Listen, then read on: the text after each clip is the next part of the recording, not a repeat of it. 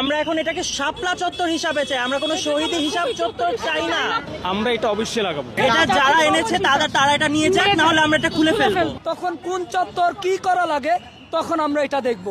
আমরা এটা অবশ্যই লাগাবো। 13 বছর 15 বছর ওনারা কিছু করতে পারে নাই, আসছে শাপলা চত্বরের মধ্যে শহীদ চত্বর করতে। এটা তো একটা অনেক আগে থেকে, এটা তো চেঞ্জ করার কোনো মানে হচ্ছে না। এটা শাপলা চত্বর, এটা শহীদ চত্বর, এটা এমন না যে এটা কোনো রাজনীতির সাথে কানেক্টেড ছিল বা এরকম কিছু, এটা কোনো আগের সরকারের সাথে কানেক্টেড ছিল। এটা অনেক আগে থেকে একটা ঐতিহ্য, তাই এটা আমরা চাচ্ছি না এখন আপাতত শহীদ চত্বর করা হোক, এটা শাপলা চত্বরই থাকবে।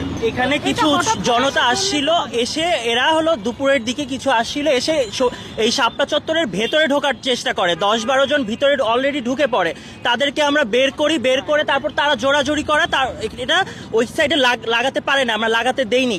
একটু আগে এসে এটা এখানে ওরা লাগিয়ে তারা এখানে একটা মাইকিং করে বা একটা কিছু সমাবেশ টাইপের করে তারপর ওরা এখান থেকে চলে যায়। আমরা এখন এটাকে শাপলা চত্বর হিসাবে চাই, আমরা কোনো শহীদ হিসাব চত্বর চাই না। এটা একটা ঐতিহ্য, ওরা কিছুদিন পর এই শাপলা ফুলটাকেও ভেঙে ফেলবে। এটা ভয়, এটা দেশের সম্পত্তি।